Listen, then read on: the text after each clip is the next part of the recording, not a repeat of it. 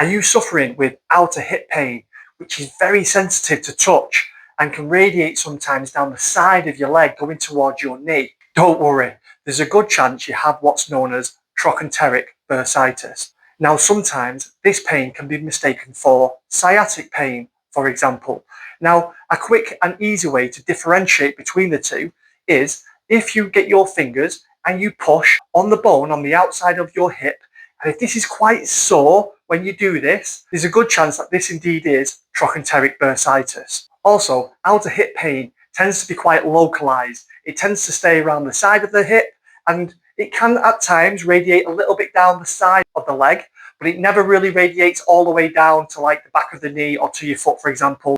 And it's not a condition that causes any numbnesses, pins and needles, or tingling. So that's another nice way to differentiate between sciatica and trochanteric bursitis. Outer hip pain tends to be very sore when you lie on that side, particularly at night time. Climbing stairs, descending stairs, standing for long periods or going for long walks. These things can also aggravate this problem. But not to worry, in this video, I'm going to give you 3 very basic exercises that are really effective in helping reduce your outer hip pain. Let's get to it. So for the first exercise, we're going to do what's known as a bridge. You're going to bring both of your feet roughly shoulder width apart. Have your hands to your side as a base. From here, you're going to gently rotate your pelvis backwards, which you'll feel your bum curl off the floor or off your bed. From here, you want to then lift your bum upwards, bringing your pelvis level with your knees. From here, squeeze your bum cheeks together as much as you can.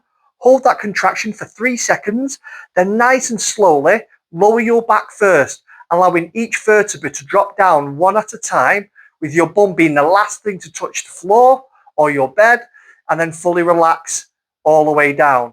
Once you've relaxed, you want to curl your pelvis backwards again and repeat the movement. And you're going to do this with your bum squeeze 10 times, 3 times in a day. The next exercise is called a clamshell. What you're going to do is lie on your good side, so your poorly side is facing up towards the ceiling. You're going to bring both feet and knees together and bend your knees to roughly 40 to 45 degrees. From here, making sure that your hip stays in line with the ceiling or with the sky, you're going to open the top leg, your polar leg, outwards as much as you possibly can. Try not to move your body, try not to rotate backwards. Really feel that side of your bum and the side of your hip engage and those muscles tighten. Hold it, 1, 2, 3, and then nice and slow on the way back down.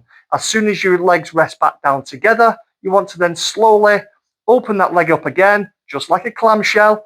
Hold, 1, 2, 3, and then nice and slow on the way down again. And you're going to repeat this movement 10 times, preferably 3 times in a day.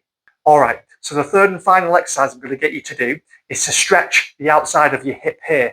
How you're going to do that is by taking a seat, whether that be on a dining room chair, side of your bed, doesn't really matter, as long as you feel safe and sturdy enough to do this exercise. With your poorly leg or the affected side, you're going to bring that foot onto the opposite thigh like so. From here, you're going to let that leg roll out, all right? And you're going to feel a little bit of a pull on the inside of your hip. If you don't feel the pull, don't worry about it. If it's tight or painful, just take it to where pain allows. You're going to bring your hands to the front of the lower leg like so.